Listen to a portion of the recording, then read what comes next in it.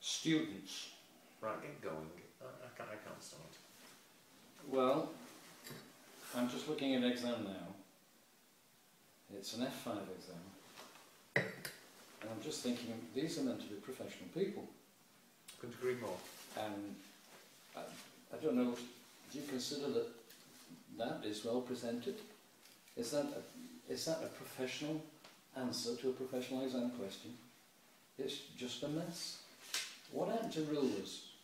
What happened to pride in your work? This is just a mess. And it does impress the markers, I'm sure. But if you make your workings neat and tidy and lined up and your numbers are lined up, not only is the marker more impressed with your professionalism, but in addition it cuts out silly errors, because you get situations where thousands are added up to units and ridiculous numerical errors are added. Well, I couldn't agree more. And I mean, it's not just that. Look at this. That is supposed to be a profit volume graph. Mm-hmm. And those crossings out aren't mine, that's theirs. And I mean, really, how am I supposed to mark that? But on the other hand, look at this one. Now that looks like he's been using a ruler. Oh, well, yes, and in fact she's got it right, but even if she's not got it right, you know, there's marks for labelling it, there's labelling the break-even. So even if the lines were wrong, she'd still get plenty of marks, because it's obvious what she's doing. You know what I mean? But this one, and in fact, alright, she's crossed it out, and there's the new one. But I mean, that's quite extraordinary.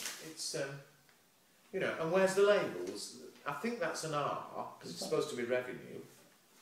But this one, it's not labelled at all. I wrote profit. That doesn't make a profit volume. Well, no, it doesn't. But what I mean is, there are marks just for labelling it. They're easy marks. Yeah.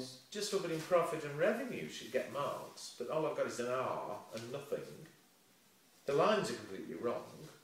She's obviously wasted ages putting all those numbers in for no apparent reason. And in fact, I mean, even if she's headed it up, profit volume chart, she'd have got a mark just for heading it. It's just impossible. The other thing which annoys me is an inability to plan. When they've got a written question, it's got to be a written answer. And it applies to all the papers that it applies to F4, F7, P1. They don't look at the number of marks per the question, and then sit down and allocate some time to planning. And the ACCA continually say there continues to be a lack of visible evidence of the planning process. So what they write tends to be in long, disjointed paragraphs with no sensible breaks and jumbled in terms of... Sorry about that, I've got a message. And jumbled in terms of any sort of logical flow. There's no logic to what they're doing. And if it's a 5-mark question, they will write for maybe a page and a half.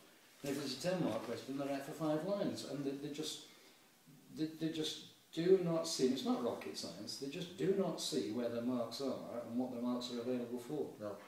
And that's what they should be doing during their 15 minutes reading time as well. That's part of it, certainly. And I mean, here's one. I mean, this is a beautiful answer. It was a written one. It asked them to comment on the variances and the conclusion. And she spread it out, edited it up, comment on this variance, that variance, conclusion. It's really easy to mark. I do like the headings. The headings at the start of each point. Yeah, it's really easy to mark. You know exactly what she's talking about, you know. Yeah. But look at this. You know, it's all stuffed, it's exactly what you said, it's all squashed in at the bottom. Part of what she says is sensible, but it's all squashed in, it's hard to read, it's disjointed, there's no headings, you don't know which bit she's talking about. I love it when they get towards the bottom of the page and then they start writing down the side of the margin. Yeah, and paper's free. I mean, look at all this stuffed up the top. It's just 10 times harder to mark, and there's a limit to how long I'm going to spend reading every single bit of it. And you can see from this one that the quality of the handwriting is so much easier. Yeah. And also, I mean, this is annoying. It's not very often in F5, but I know it's in lots of other exams. It actually asks for a memorandum. Oh, yeah. Oh, no. And fair enough, in F5 it's not very often, but if they ask for a memorandum or a report, You'll get 1 or 2 marks for nothing but heading it up. Yeah. Well, there's no heading, nothing. But I mean, even if you've written rubbish, you'll get marks if you've laid it out. It's the only bit of F7 where there is a mark available for presentation, for style. Yeah. There used to be in the good old days when you and I were doing the exams, there used to be presentation marks. But when it comes to the P's, you're always getting asked to do reports. Oh, you get the 6 marks in each exam for professionalism. Yeah. The professional marks. And they're joke marks. A monkey can get that. Yeah. And also, I'm sorry, I'm going back to F5, I'm sure it applies to others. In F5, 50% of the marks are written, but more often than not, part A is numbers, part B is written. So they waste hours and hours on the numbers, and probably get it wrong. And the easy marks they could have got in 5 or 10 minutes. And then, they don't do anything for written. You know, writing anything will get them 1 mark. I think this is potentially a problem with the non-natural English-speaking people. Although I do remember when I was teaching in the UK, it was the same.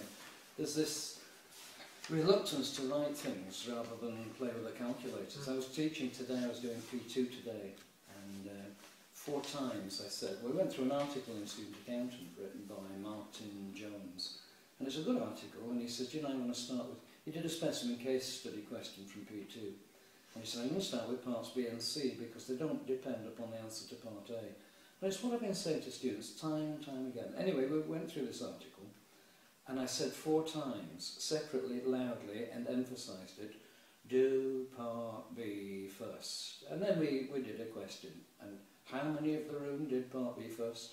None. Not one of them did part B first. They get stuck into the question, they spend 90 minutes getting a consolidation question wrong, and they burn 15 to 20 marks of potentially relatively easy marks. Yeah. And I find it so frustrating.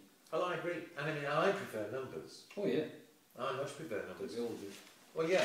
But I'm going back to F5 again. The same applies to F9, to most of the numbers papers. Normally, not always, but normally part A is the numbers. But I always say to them, what I would do is head up the paper, question 1 or whatever, B, the written bit, and don't waste ages because it's frustrating. You're dying to get to the numbers. But at least write 1 line, whatever comes to your head. Something. Something. Leave the rest of the page blank. You know, write whatever, you know, if you can write 10 lines, write 10 lines. But otherwise, I'd say leave the rest of the page blank. Turn to the next page and head it up part A. Do your numbers, but often while you're doing the numbers, you think of another thing? Yeah, you'll think of another point. Because often there's a clue in F5. And you can go back and add it. But at least you're guaranteed you've got 1 mark on the written paper. It was something like paper P1. One of the, and P2 to a degree, but one of the characteristics of those exams is that the syllabus itself hangs together. It hangs together in its entirety. It's not distinct particulars, not distinct discrete areas. So if you're reading even a question that you're not going to attempt, I still tell them to read that question, because there may very well still be 1 or 2 points in there that they could then fit into another part of a different question. But do they? No.